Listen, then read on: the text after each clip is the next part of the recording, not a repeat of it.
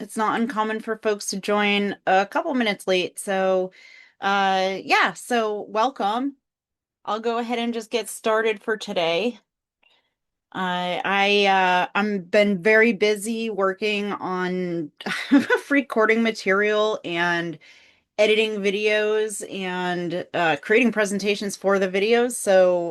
There's going to be a lot of awesome upcoming stuff on the website I'm pretty excited about. So I'm pretty much running on coffee and yeah, little sleep, lots of coffee, and just trying to wrap up some projects today. But I'm so happy to jump in about talking about dog bites and shelters. It's something that we deal with a lot in our shelter environments, and it's a topic that actually is very important to me. So thank you for joining today. If this is your first time here, I'm Laurie Lawless. I'm the owner of Shelter Behavior Integrations, and my whole goal is to help shelters incorporate behavior operations better into their systems to make things more efficient and also really prioritize looking at each individual dog as their own being and creating pathways to move them through the shelter. And of course, one of the things that we have to deal with in our shelter environment is often dogs who are displaying aggression or maybe even come in with bite histories. And so today I really wanted to go over a few things that I am using as tools when I'm assessing this. And to help you guys along a little bit today, what I've done is in the chat box. If you can't see it, please note in the chat box and I'll make sure to repost it. But you should be able to go back in the chat box and look. I've added the Ian Dunbar bite scale. I've also added in there the Kara Shannon bite scale and also a kind of cool tool from the ASPCA to kind of guide assessment around these things. That one's a little bit um, more of a procedural look at things. But today I want to talk kind of about what I do when I'm looking at dog bites in the shelter. The reason this is so important to me is because I have gone into shelters who may not necessarily have a behavior person on staff, and all bites are considered bites, which technically, yes, that's true. But when we're looking at dog bites, context is very important, and we have to be able to take a look at and understand why the bite occurred. And today we're going to go over that and we're also going to go over those bite scales. So I wanted to start with the bite scales. If you're not familiar with them, there's one that is really utilized frequently, both in shelters and in private dog training, and is often the most utilized for legal things. So when I've had clients who have their dog has maybe bitten a person or another dog. It's probably one of the most utilized in the court system as the primary one that it kind of gives a standardized assessment of severity of biting.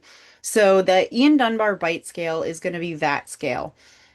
It was recently updated by Ian just to include a extra level here, so a level 3B. So if you go ahead, let's see if I'll actually just share my screen. But again, I did post it so you could take a look at it on yours. In our bite scale, we are going to be, let me see if I can drag this screen over so I'm not looking to the, every time.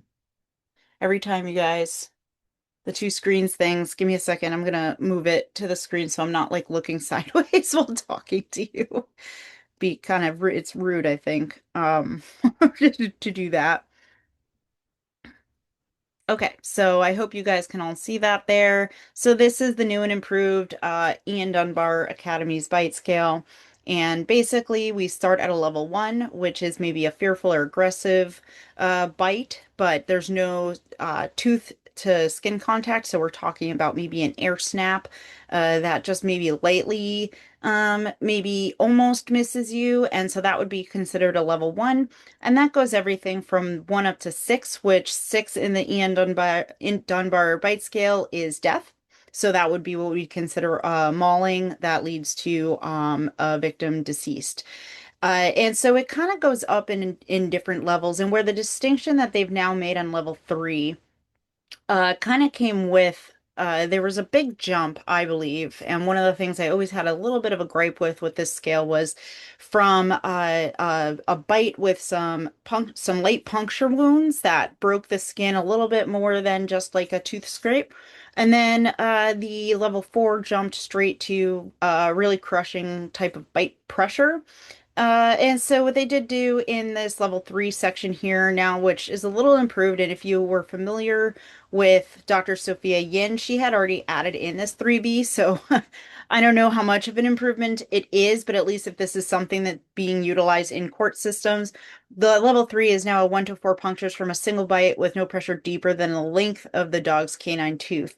That can be a little hard to determine sometimes from the surface level and can really only be determined if somebody has sought medical attention to really see exactly how deep it is. But if we're looking at a puncture that's only about half the size of a tooth, again, the contextual contingency here is the size of the dog.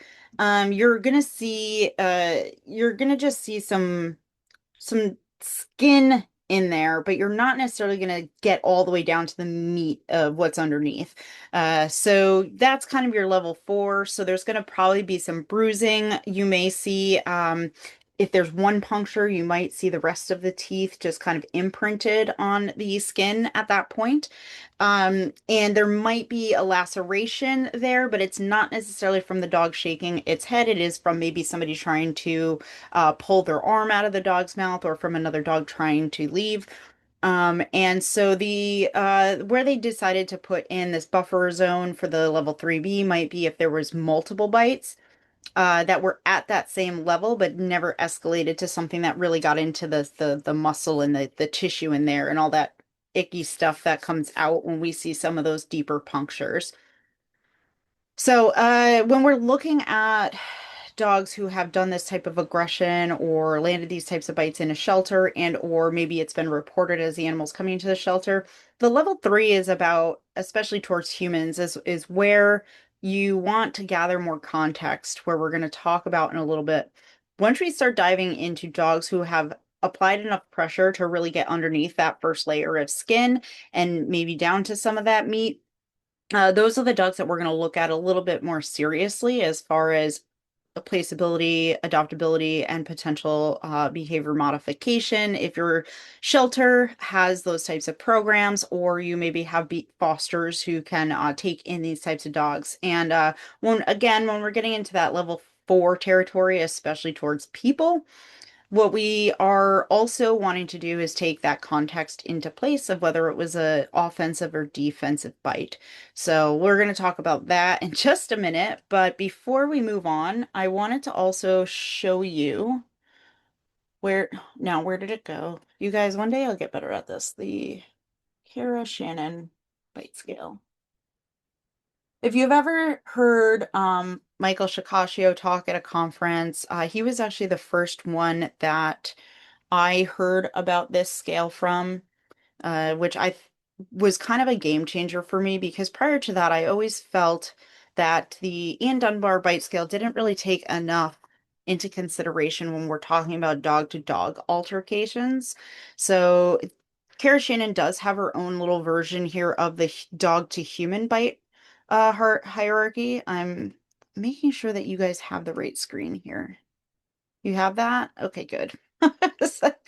And so you'll see here at the top, there is a dog to human bite hierarchy. And I actually prefer using this one even more so than Ian's in the shelter because it has more levels that we can go into. So we're starting at 0 instead of 1, which is an air snap with no contact to the skin. So we're still considering that a bite or bite attempt, but not necessarily a bite. And there may also be some growling or snarling associated with that. A level 1 is going to be a bite and release. So there is some tooth to skin contact, and there might be some scratches from the teeth, but nothing has really punctured the skin. Some uh, there could be some bruising associated with that. There could be some indents into the skin, but nothing has really broken through to get down into the skin level. And so hers, number 2, is a bite and release that results in scratches, punctures, or nicks with some light bruising. So it's similar to a level one, but this is including maybe one puncture that has gone just slightly beneath the skin to open up a little bit of a round hole. And the as we go up further and further, the level three is going to be reported as more puncture wounds and a deeper puncture. Level four is going to be going now back closer to that Ian Dunbar scale of like a deep puncture. We're going to be able to see some of the gnarly stuff in there. The wound in the skin is going to be a lot wider because it went further up the tooth where the canine piece is a little bit bigger. And it's going to be a lot clearer that this dog meant to cause some type of harm. And then we go into level five, six, and seven. So we've got, level five being kind of a crushing bite. Uh, some indications is that tooth is really fully in there, and we might even see some evidence of shaking, and then we go further and further. So, these two scales, as far as the dog bites to humans, are relatively similar. Kara's breaks it down just a little bit further. And, we're going to talk a lot about context of bites in just a second. So, these are kind of for myself when I'm working in a shelter and working with shelter dogs, a guideline. But again, it's more like when we get to that level four of these bites to humans that we're going to have a pretty serious conversation about rehomability for a dog. So when we get down to the dog to dog hierarchy, I do like this one a little bit better because it gives us the ability to think about the actual interaction between two dogs, and the location of where the biting is occurring. So, because with dogs, they have fur, it can be really hard to see until we maybe take a razor or clippers, I should say, and kind of cut away the fur for some of those bigger dogs with longer fur lengths to be able to actually see what that bite really truly looks like. Of course, with dog fights, oftentimes if we have a dog who actually grips, the other dog will pull away. The other thing with dog fights and bites is that we're really heavily looking on the location of the body of where the bite occurred and the context around it. So again, these levels are still a little bit, when we're thinking about the context of what was going on, a guideline. But I do like to see the difference because there really is. Dogs have different types of skin than we do. Different breeds come into account. And so we need to make sure that I just like that there is a difference between these two. And then this also includes different evaluations of dogs who are doing a bite and hold. And I love the clarity at the very bottom of this, which is the application notes. So the bite style is being defined. So there are four styles of bites that are used in the chart. There's bites and release. There's dogs who clamp down, but not with their whole mouth. There's bites with pressure, and then there's holding bites, and potentially shaking. So there's a clarification in the bottom of this that I think is very important when we're assessing dog bites, is that if the style conflicts with the injury, the injury is always elevated. So, even if the style of the bite doesn't necessarily match what's going on in the leveling, you're supposed to kind of inflate the severity of the victim's injuries. And a good example of this is a dog I worked an aggression case with about 5 years ago who was had bitten somebody who came into the home. I think it was, again, this is a while ago. I'm pretty sure it was someone who was like an electrician or somebody coming to fix the plumbing or something like that. And Dory, the dog, had jumped up and grabbed the entire top of the man's arm and left tooth impressions. Almost every single tooth in the dog's mouth was left in an impression, but she had never broken skin. The bruising was pretty bad. She sent me pictures of it. She gave me pictures of when it happened and then a couple days later. And you could actually see the bruising forming around every single tooth indentation, but had never broken skin. So that's an example of a dog where the style of the bite kind of would override the actual I think I said it backwards the first time. So it's the style of the bite that overrides the severity sometimes because the propensity for this dog to do that again with that much pressure, it means likely the next time there is going to actually be teeth rather sinking in. Because behavior that's repeated and behavior that works, that is reinforced into the animal, is likely to happen again. So if we have a dog who has bitten once, if that dog is put in a similar situation and taught nothing different, the likelihood that um, causing the person to stop what they're doing or the person to go away is going to say, "Hey, that worked, and I'm going to do it again." So that's where we have to be really careful in our shelters, where if we do have a dog who did have a bite, to not chalk it up to just being something that was a fluke because it's likely that we might see that behavior again if we put the dog in the same situation. So again, just to backtrack a little bit on that. So the style, if the style of the bite, so jumping up and grabbing and holding somebody's arm with enough pressure, even though it didn't cause severe injury, that in itself, that style of that bite would actually, I would assess at a higher bite level than I would if a dog had like jumped up and bit and released and left a big puncture there. So that style is going to go over the bite itself and the damage caused to the victim. Sorry if that was a little confusing for you guys.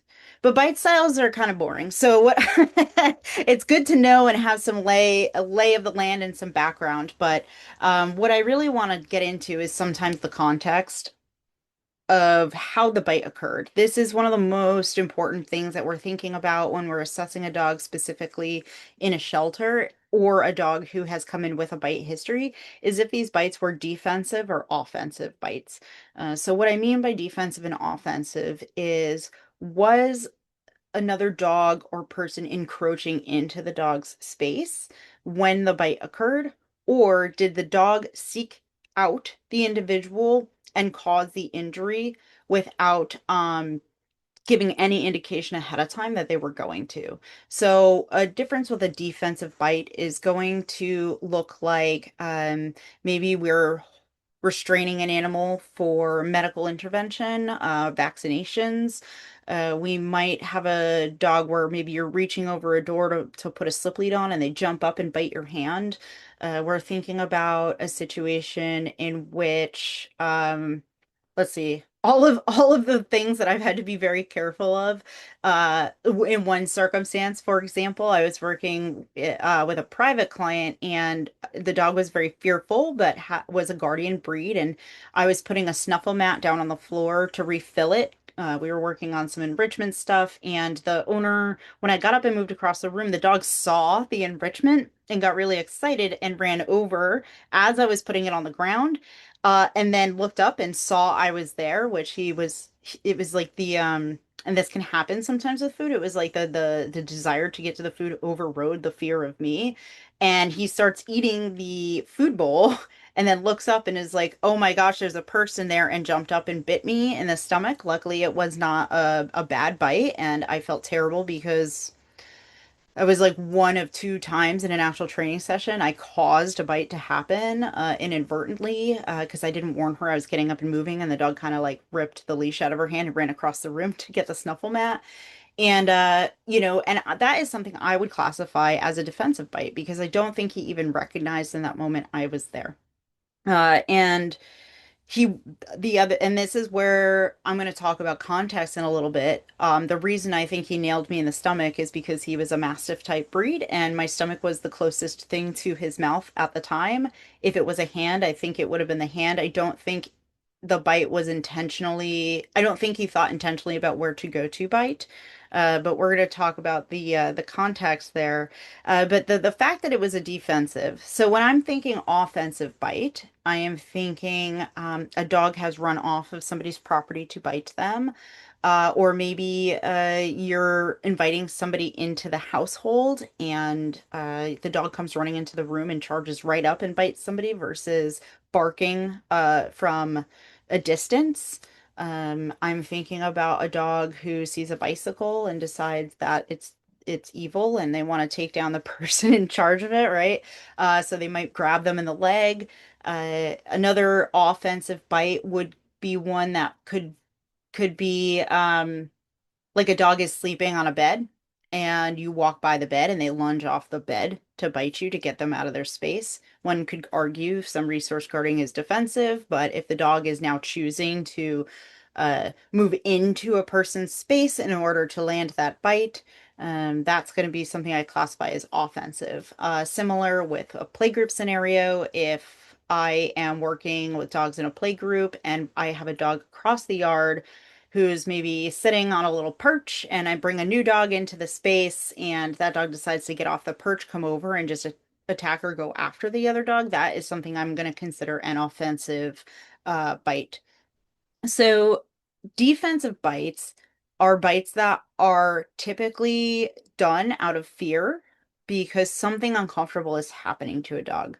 So it's not uncommon for our dogs to experience fear. It's not uncommon for dogs in shelters to be in a constant state of fear or stress and having a difficult time. And so certain things can happen. You move too quickly to remove a dog from their kennel or you're going to get them for a walk and you don't realize the slip lead coming towards them is scary for them. Or maybe we're putting a harness on a dog and we hunker or lead over them to kind of clip it and they turn around and maybe come at you or come at your arm, right? These are ways that dogs are protecting themselves from something that they are feeling unsafe or scared about. And you could say the same for some offensive bites, but an offensive bite or a dog who takes the initiative to move towards another person or towards another dog to inflict harm is something that we have to consider is that this is going to be their propensity to do this in the future if they feel uncomfortable.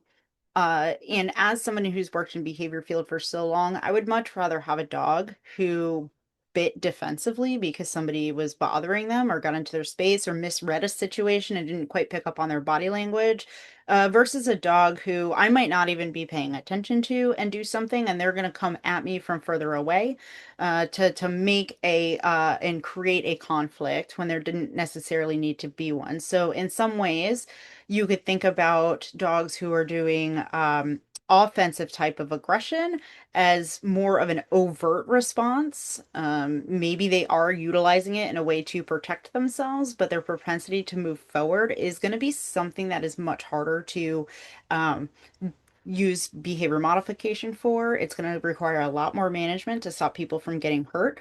And if they've landed multiple bites in the past, it's something we really need to consider if this dog is going to be safe to place in a normal home.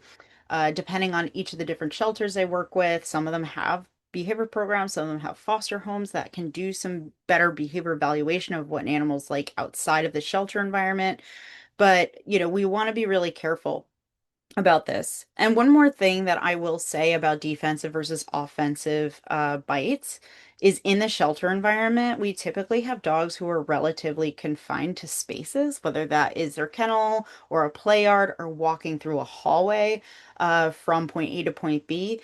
And the narrowing and the decrease of the space means the likelihood for more offensive bites to happen because we've removed a lot of these dogs' flight is what I'm meaning to say, responses.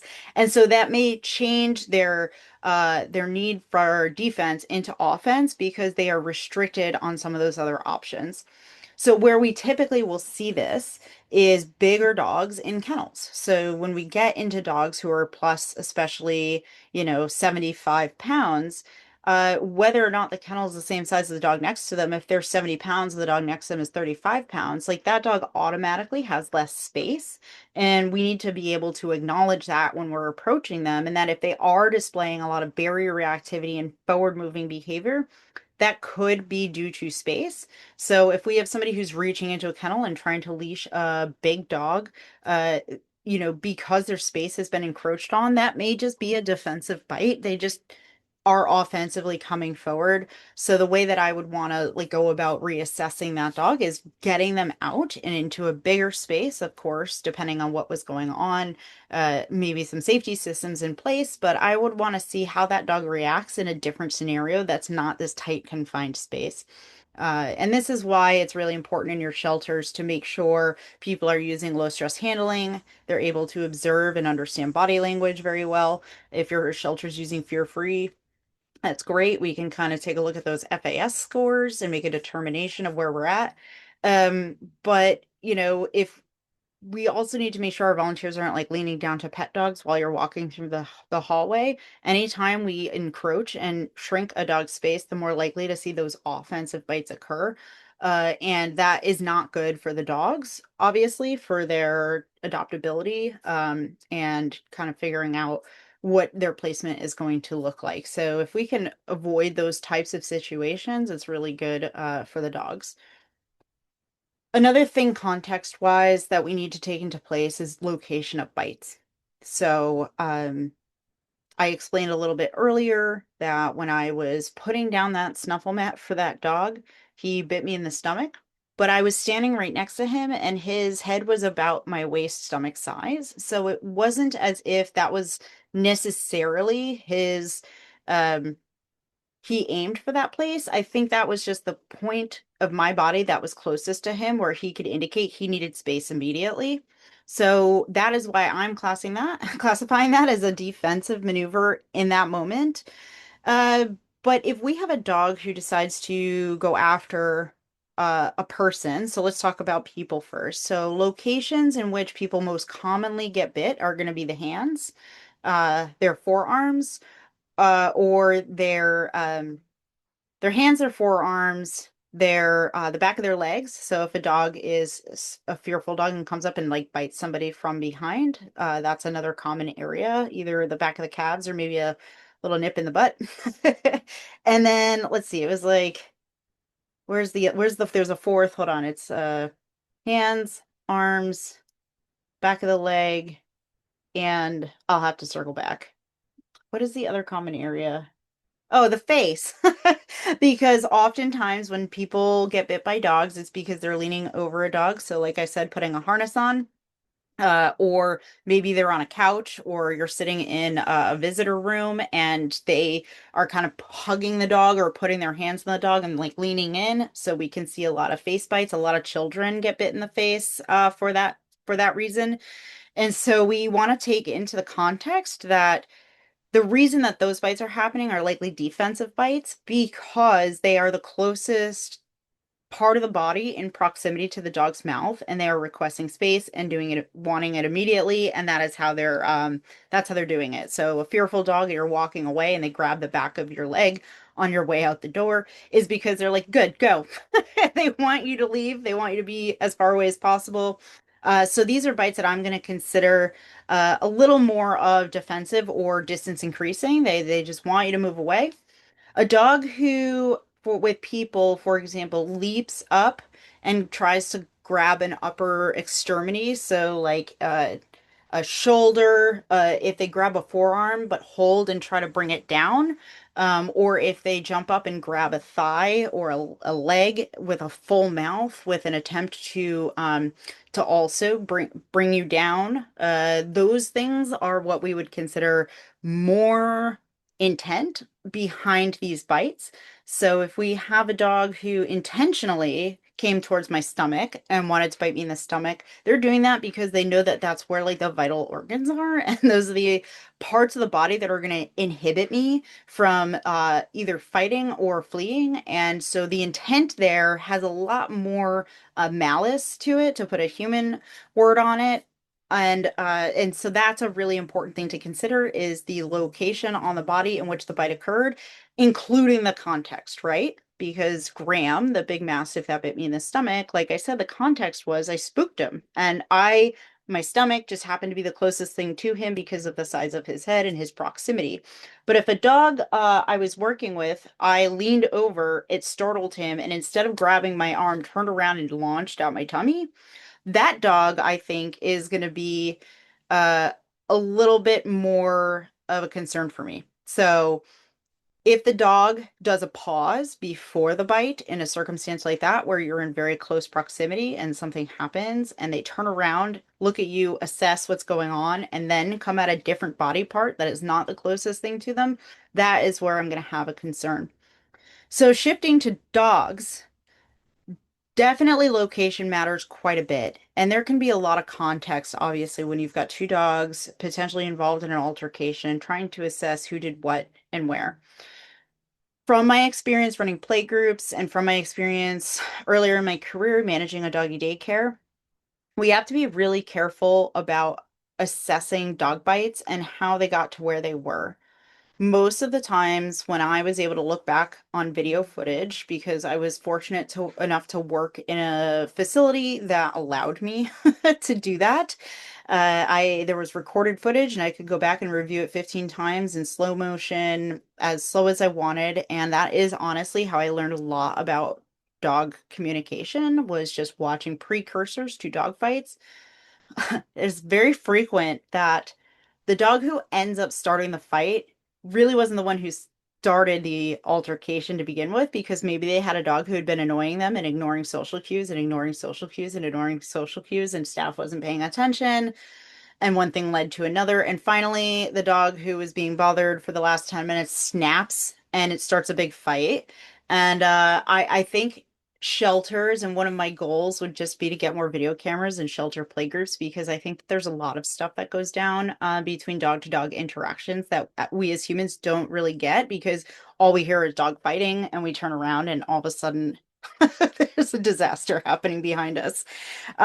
So I'm a lot more careful when I'm asking questions about dog-dog interactions, because we typically, with a dog bite to a human, you can ask a million questions about what they were doing, where the dog was, all this stuff. But if we're not cognizant enough about if we can't ask the other dog in the fight, like what happened 10 minutes before the fight broke out, right? We don't have that information. It can be really tricky.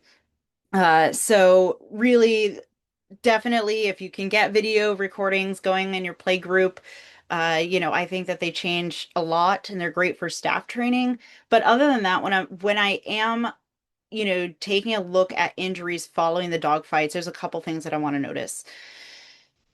Most dogfight injuries are going to be to the face and the ears.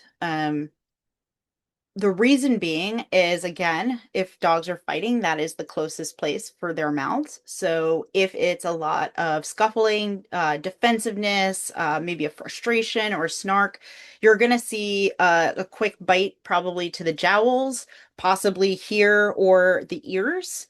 And because that is meant to kind of thwart the other dog away and also kind of just throw them off their game a little bit, destabilize them in a small sense. And when you're looking at these injuries, you have to be a little careful because ears tear very easily. So you're going to see a lot of blood.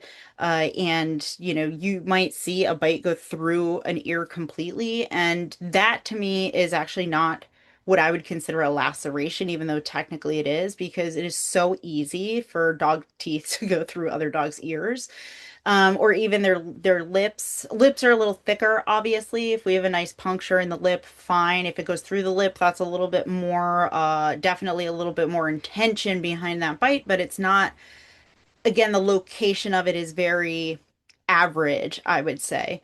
Where I get concerned about seeing dog bites or getting information about dog bites on other dogs might be if they are grabbing, going for the neck, the abdomen, or the underbelly. So those are all areas that would be of concern. A neck bite is definitely meant as like a pinning type of technique.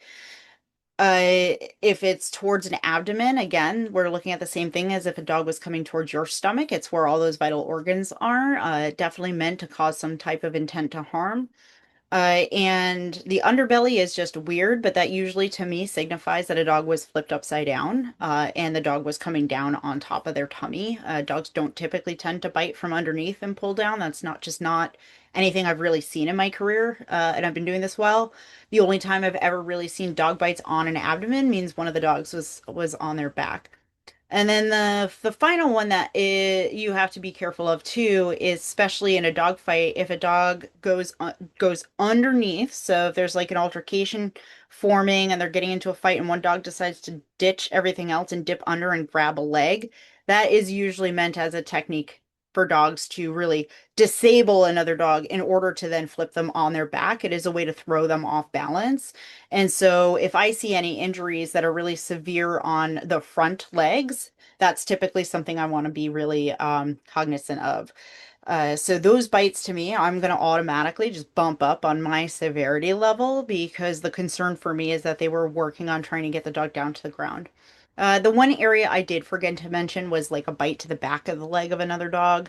That to me is a dog who was chasing and following another dog. I'm not as concerned about that because I think that that's a pretty commonplace if they're, especially if they're chasing the other dog and like snapping and trying to grab them. Back of the leg is not as much of a concern for me in that space. I see that happen where you'll see one or two punctures in the back or maybe at the back of the ankles, usually from herding dogs. You might see your German Shepherds or your Australian Shepherd, blue, definitely your blue heelers doing that type of stuff. And again, that's something that is less concerning to me than seeing a lot of puncture wounds on the front of the legs or the neck. So yeah, so those are the contacts or the locations on the bodies I like to talk about specifically when it comes to people versus dogs, dog to dog interactions. Children are kind of a whole different thing because kids, like I said, do often get bit in the face. Part of that is because they're usually at dog bite level. So the dog's face and the child's face is nearby. So it can be really hard sometimes to figure out if it was like a defensive or offensive thing just because their face may have just been the first thing that the dog had the ability to bite, just kind of like me and that mastiff. My stomach happened to be there. Where there are dogs who will kind of go specifically for the face. So we might see this, especially towards people in shelters with our jumpy, mouthy, high arousal dogs. One thing I've noticed with all of these dogs, because I high arousal dogs are like one of my favorite to work with, but they will often use muzzle punching as a distance increasing behavior. I've also seen it in a couple fearful dogs. It's not just always like the high arousal pitties, but from fearful dogs who are also high energy. More often than not, when I'm working with these, I always call them kids. When I'm working with these kids, many of them are very fearful, but it comes out in a very different way than what you would typically classify as a fearful dog. So these dogs tend to be more under socialized, but in their fear, their flight response instead of moving away is actually more of a I don't know what to do and I need to push things out of my space. And so I often will see this with muzzle punches, and people will read that as a play initiation with some dogs it can be, but with some dogs there's a fear element to it and they're actually asking for space. And so if that gets ignored over time, that can actually turn into a full face bite. And that is a result of probably some part of their learning history that has said, well, punching them in the face wasn't enough, so now I'm going to start opening my mouth and making it a little bit more serious. So that's one that we have to be careful of because that is an intentional bite and is usually to ask for space. And I think it's something we miss quite frequently because we're usually dealing with so many dogs in the shelter that are jumping. We don't always read that necessarily as a fear response, but we might see it where I've seen it is walking out of a kennel with a dog who's like barking and getting really worked up because the other dogs are nearby. And then they come around and they like don't know what to do because you have them on a leash. They can't run, they can't get to the other dogs. So they might turn around and jump up and punch you in the face. And that is definitely like an exertion of a fear response because they are just asking for space. So I'm kind of devolving a little bit, which I do sometimes. So I apologize. But yeah, so I definitely feel like when we're looking at our bites, we're taking into account uh what we see on the guide of the bite scale. We're taking into the context of like what was happening before the dog bit, and that doesn't mean just the preceding 30 seconds. I literally get so frustrated when I ask people to, if they're like, oh, I have it on video, and I ask them to clip it and send it to me, and then it starts like 2 seconds before the bite occurs, and I'm like, no, no, no, I want like the 5 minutes prior to that. Because it really is understanding emotionally where that dog was when the bite was landed. And if it was just a sudden and out of nowhere, or it was a super aggressive, a dog came into the room and they just took off and went, or a person appeared in the space and their first instinct was to run up and charge and bite them, that's a lot more concerning to me than seeing a dog who was maybe under stress and was displaying tongue flicking and was displacement sniffing and was doing all this stuff before the bite occurred, because we can at least see that there's a lot of precursor behaviors and that they have a wide repertoire of skills to utilize before they've escalated up to a bite. And we just maybe didn't notice all of those things were going on versus a dog who's suddenly going to like jump in. Um, so yeah, so I think that's kind of most what I wanted to talk about. I certainly can talk about, supporting dogs in the shelter who have bitten, and kind of what your next steps might be. But I do have a question in here, so I'd love to answer that. Let's get in here. Okay. So great question in the chat from Donna. Hey, you want to unmute and just ask? I was going to read it out loud. Sure. Yeah. So we had 3 dogs in playgroup.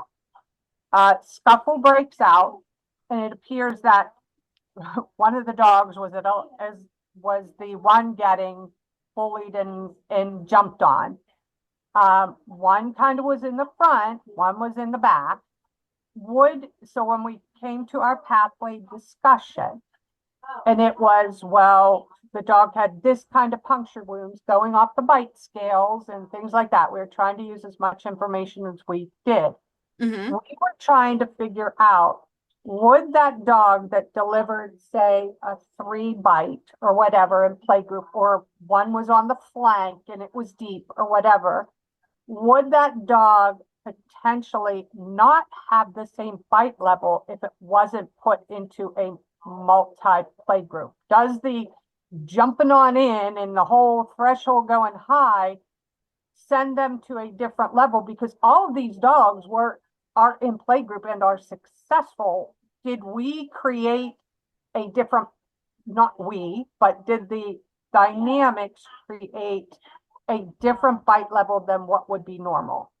Potentially. So when we have a dog, that's a great question, Donna. So when we have a dog who is maybe at a higher state of excitement or arousal, physiologically, dogs who are in a higher state of arousal, the same hormones and the same like adrenaline and cortisol and all those things are also going on, and it can sometimes tip you over a little faster and with more intensity than if it was maybe 2 dogs interacting. It's hard to speak on just depending on the size of your yard and what's going on and who the other dogs were in the interaction.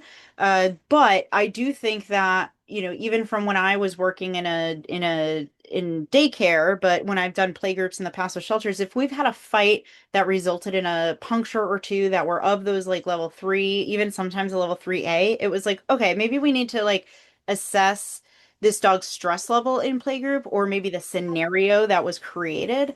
Certainly, if shelter playgroups can be really dynamic because you're constantly having new dogs come in, so it can change. So a dog who may have done playgroup pretty well in the past, and just the longevity of coming to playgroup increases the stress level, because they're like, wow, I have to meet all these new dogs all the time. This is actually, I had fun the first 3 times, but now all of a sudden there's like 10 more new dogs, and that can add stress. There's a lot of things that can really trigger stack in that scenario. And so I would expect some level of an increased ability to bite, and cause a little bit more damage, especially if the dog is feeling very threatened. So it's a good question. I do think that shelter play groups, and part of what I'm talking through in my mentorship right now, is setting up the environment in the play group to decrease stress and allow for more natural behavior.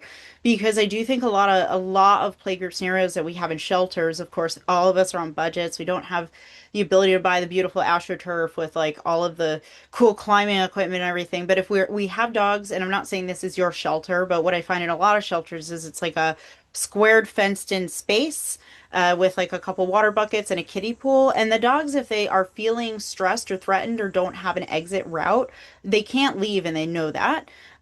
So that may turn into a scenario in which the artificiality of the environment kind of created an increased level of defense. So one of the things I really advocate for in playgroups is, getting your local Boy Scout team coming in, and if your shelter doesn't allow wood structures, which every state is different on their stance on porous surfaces, PVC pipe can be used to build little like climbing structures that can be done really low cost, and that can also help thwart dog fights. So to go back to your question about the bite, sorry, I could go off about playgroups all day. And all the cool things in playgroup that we can do to make it like more holistic for dogs. When the answer to your question is yes, we can certainly see arousal tip into increased aggression. And so what I would do in a scenario like that, if we have like a level 3 bite, I would definitely see if we can get that dog back into a playgroup with like a lower stimuli level, just like really bring it down and see if we can reintegrate them with dogs in a safer way. And if we still see that they're walking on eggshells, that means that maybe playgroups for that dog, he might need a break. And then you can reassess it. But again, a level 3 bite, I work with dogs that have level 3 bites to other dogs all the time.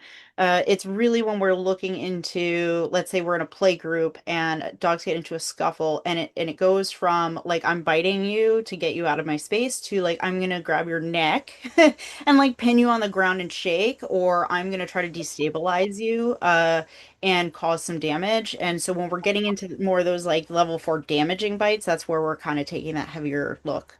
So hope that was helpful. It's a little hard not knowing all the specifics, but I hopefully that was helpful for you. And also, taking that context there is important. Okay. Yeah. Um, okay, so I'm just gonna, unless anybody else has any other questions, I was gonna just talk about, I did talk just a little bit about ways that we can work with dogs who have either come in with bites or landed bites in the shelter, is making sure that we are monitoring their interactions, especially right after a bite, the next 5 to 6 days. I want to see notes from everybody interacting with the animal. If it was a play group thing, we want to decrease the stress level of the play group. So maybe changing up either into play pairs or putting them into groups with a little bit of a slower pace to decrease that excitement level and see if we're seeing any of those signs of escalation, seeing if they're the ones escalating the interactions or if what the situation happened was because of maybe the environment they had just been put in. If it's something like veterinary handling and a bite was landed, we need to like flag that dog and say handling could be a little bit of a challenge. We should work on some low stress and maybe get a handling plan put on that specific dog's kennel of like, this is how this dog should be handled in the future when you're putting on a harness or when you're having to restrain them for vaccinations. I really advocate for just taking, and especially with technology now and the younger generations coming in. I never thought I'd be getting into the older generations, but we're now into Gen Alpha entering the workforce, and all of them do everything on their phones, and they want stuff in small bits and pieces. So you can just record a video of somebody handling the dog the way that you would enjoy them to be handled and is better for them. Just put it on YouTube on an unlisted format, QR code it, and stick it on the dog's kennel, and it says, "Please watch this video before handling this dog." Really great ways to just quickly communicate information, especially in a busy shelter. If you're in a smaller shelter, of course, you can have your morning meetings and usually go over things pretty clearly. But in our larger shelters that have staff on different shifts and moving in and out and doing all those stuff, those QR codes and like an email that says, make sure you look at so and so's QR code before you take them out tomorrow can go a really long way to decrease the likelihood that we're going to replicate the situation and cause them to bite again.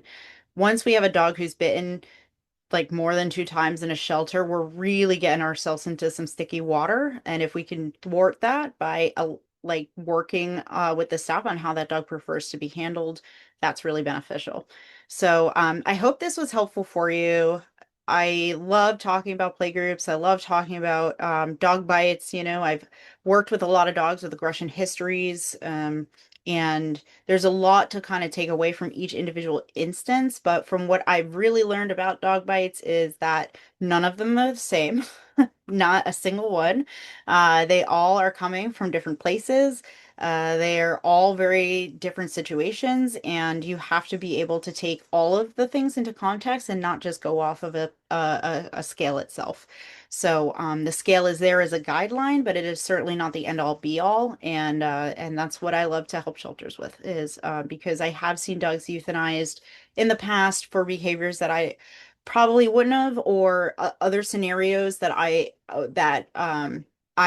the one of the reasons that drove me into this is I would be called into a shelter too late for a dog who has now landed 5 bites in the shelter, and at that point the behavior's learned and the dog's quality of life is compromised, and half the staff is too scared to handle the dog. And ultimately, the outcome for those dogs is never really good because you can't really ask a member of the public to take a dog who's bitten 5 times into their home. So you kind of get stuck in this limbo land of, oh, this dog could probably be placed, but now they've had this many bites in the shelter and it's kind of a liability to send them out the door. And it's like if I had gotten the phone call on the first bite, I could have really helped them put a plan in place because you can tell that it was usually starting with something defensive and then they were put back in the scenario again. So they bit a little harder the second time, and then they were put back in the situation again. So anytime you have a dog who is bitten, you have to have a meeting to decide what trajectory that you're going to do, like what interventions are going to happen to make sure that that dog is not put in the scenario again.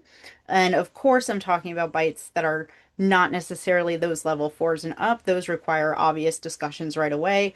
Um, it doesn't mean that dog's determination is that they can't be adopted. It just means we have to have a conversation very clearly. But even those lower level bites, every time a dog is practicing a behavior, they're going to get better at it, and especially if it works for them. So that means the bite is going to get harder.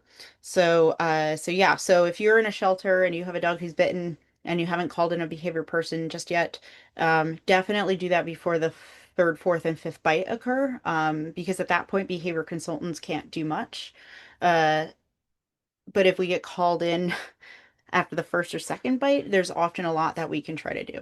So, thank you guys so much. And I could probably still talk about this for another 45 minutes, but yeah, if you have any questions, please feel free to email me. I'm always happy to kind of look at things quickly and give you some initial feedback, but I can also do consults. And yeah, dog bites are definitely scary. Aggression can be scary, but if we're looking at things from a individualistic point of view instead of kind of a universal structure, we can make a lot better individualized decisions for our dogs.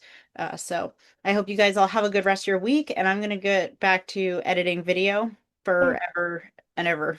Lori, Yes. Lori, can I talk to you about, like on on a muzzle question? Because I got my new muzzles. Oh, yes, yes, Donna. I Sorry. mean, it can be the end of this. I just want to Yeah, know how sure. to do something. Yeah, I didn't have a chance to watch the videos that you had sent me yet, though. So, Oh, okay.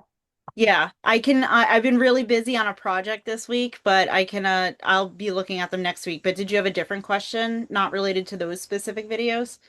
Yeah, I have a question on how to do something with them. Okay, sure. Yeah, Oh, here they are. So here's one of nice. my muzzles, Yep. but I bought and I sent it to Aisha to answer, but she hasn't gotten back to me. She actually hand delivered them, by the way, so I got to meet her. Oh, are you in Pennsylvania? Yeah, That's go great. to the airport. How do I put the buckle part on? Ah, yes, the buckle part. And I went to their website, and when I push like watch the video, all that comes up is an example of these four buckles. Doesn't have a video. Okay, let's talk about that one. Like, I can send you a video of that Oh, specifically great. because I haven't messed with it too much, but I can probably figure it out super quick because I have the same setup. Okay. Yeah, So I just was looking for a video. yeah, I'll send you a video of how to do that because you're probably gonna have to take one of the straps off and put it back on. Okay. And I need to get some pliers and a screwdriver to mess around with it myself. So I'll send you a video tomorrow. Would that work? Sure. That Okay, works. sounds Thank great. you. All right. All right, everybody. Thanks, Donna, for joining in today. It was so good to see you in person. We've been going through email. All right, guys. Well, I hope you have a wonderful rest of your week and weekend, and I'll see you next week. Bye.